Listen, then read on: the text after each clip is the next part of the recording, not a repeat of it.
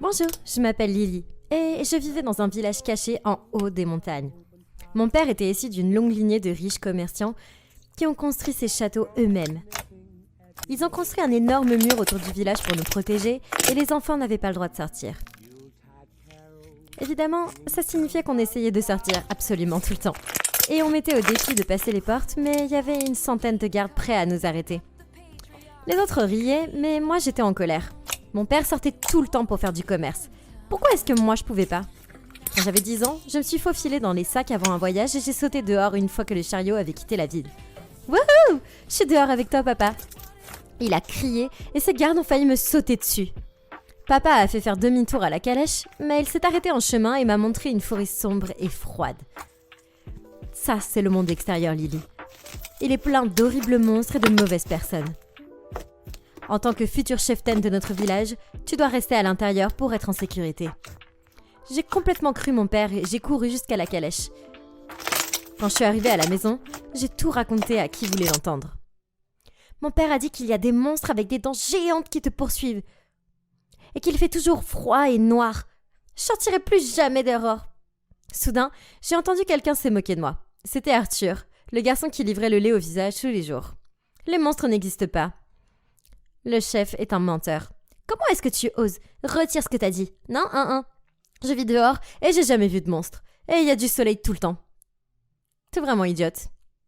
Tout le monde s'est moqué de moi et je suis devenue rouge d'embarras. Les gens ont commencé à demander à Arthur ce qu'il avait vu et il a dit qu'il y avait des villes bien plus grandes que la nôtre.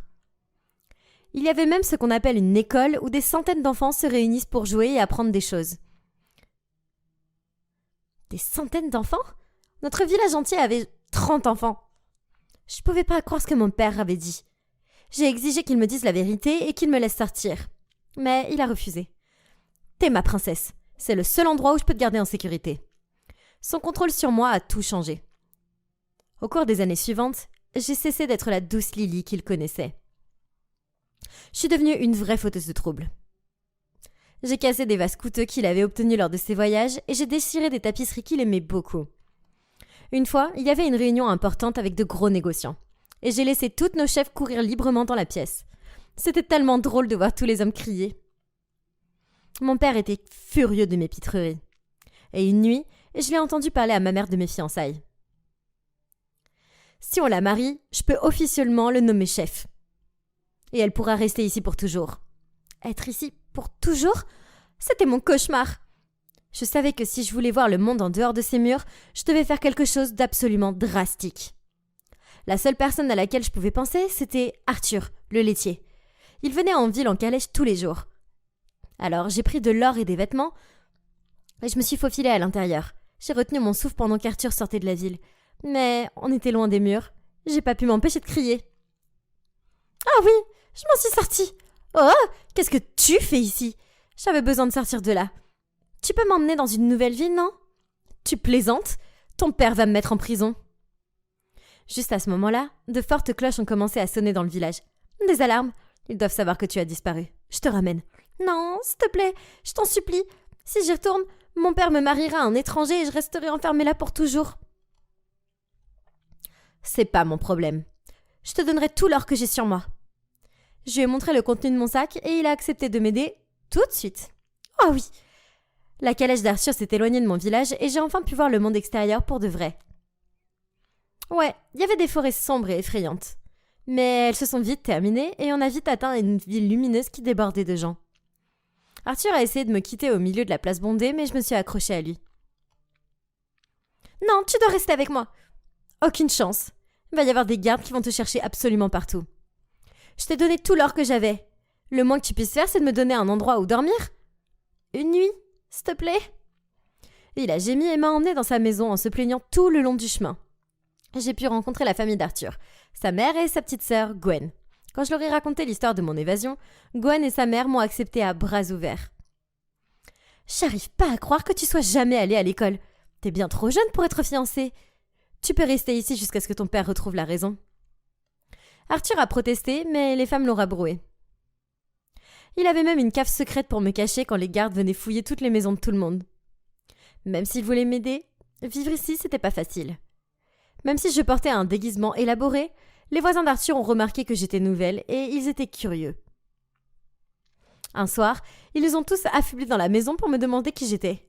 « C'est la fille perdue?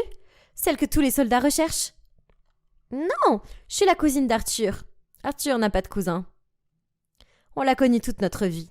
« Qui es-tu vraiment ?» J'ai cru que c'était complètement fichu. Mais Arthur est intervenu et a dit « C'est ma fiancée !» Tout le monde a sursauté et ma mâchoire était sur le sol. Elle vient d'un autre village et elle est en visite pour voir sa future maison. Elle est très timide, alors arrêtez de la fixer. Les gens sont partis en chuchotant entre eux et j'ai jeté mes bras autour d'Arthur. Merci. Maintenant que tout le monde pensait que j'étais sa fiancée, j'étais libre de me balader en ville et j'ai même Gwen qui m'a emmenée à l'école. J'ai pu jouer à des jeux dont j'avais jamais entendu parler, avec plus d'enfants que j'en avais jamais vu dans toute ma vie.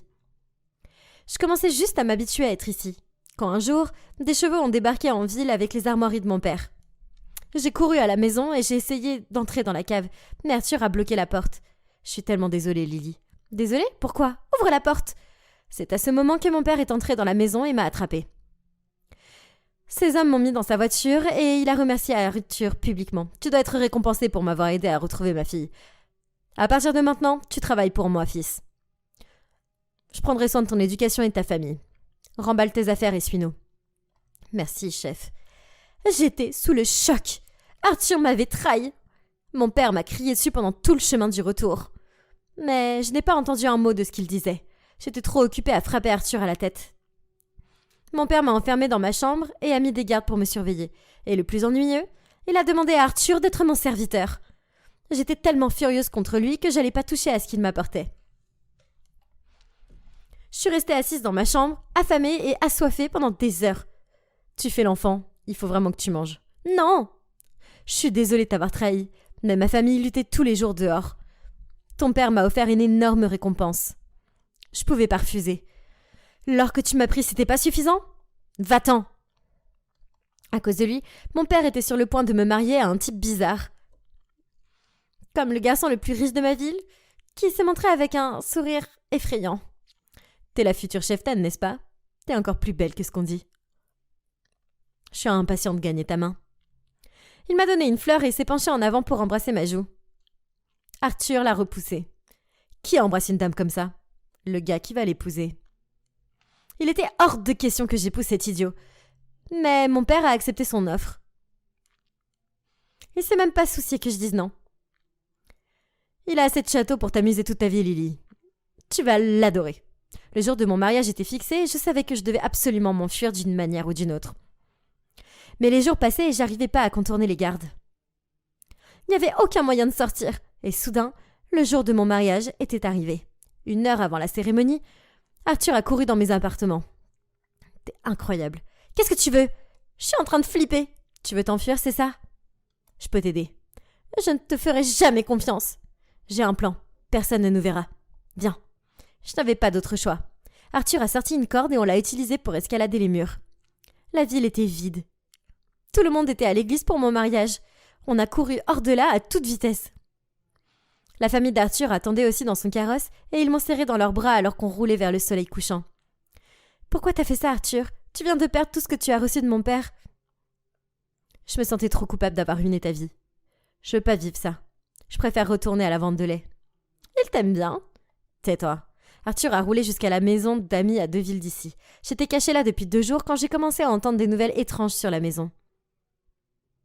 Les gens disaient qu'une maladie se répandait dans ma ville. Beaucoup de gens étaient malades et certains mouraient même. Arthur pensait que c'était une ruse de mon père pour me faire revenir. Mais je pouvais pas l'ignorer. On a trouvé des chevaux et on a couru jusqu'à ma ville. Mes pires craintes se sont réalisées quand je suis arrivée là-bas.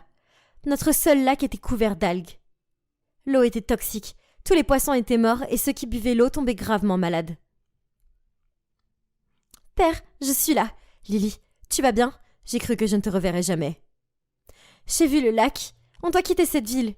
On n'est plus en sécurité ici. »« Non, nous avons construit tout cet endroit de nos propres mains.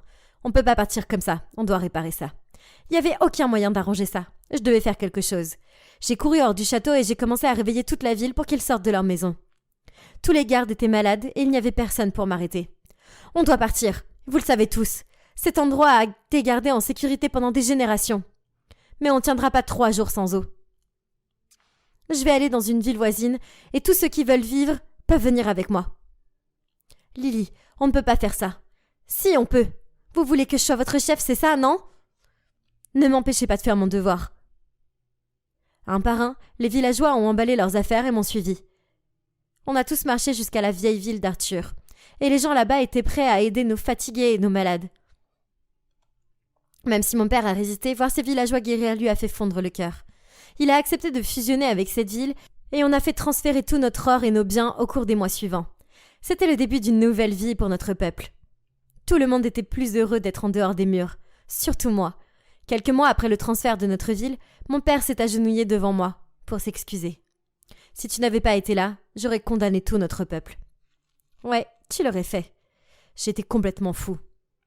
Nous avons tous de la chance que tu sois venue pour nous, Lily. Est-ce que tu pourras un jour nous pardonner? Seulement si tu promets de me faire confiance. Laisse-moi prendre mes propres décisions et faire mes propres erreurs, père. Est-ce que tu peux faire ça? Je te le promets, je le ferai. Ce n'était pas une promesse facile à tenir, mais il a fait de son mieux. Quelques années après ce déménagement, Arthur et moi, on est tombés follement amoureux l'un de l'autre. J'avais hâte d'être avec lui et sa famille. Mais quand j'ai annoncé la nouvelle à mon père, il a mal réagi. Je peux pas te laisser épouser un laitier. T'es une princesse. Père, tu te souviens de ta promesse? Tu dois me faire confiance. Il a grommelé et serré Arthur dans ses bras avec colère. Blessez ma princesse et je vous achève. Oui, monsieur. Oh, t'es adorable. Adorable.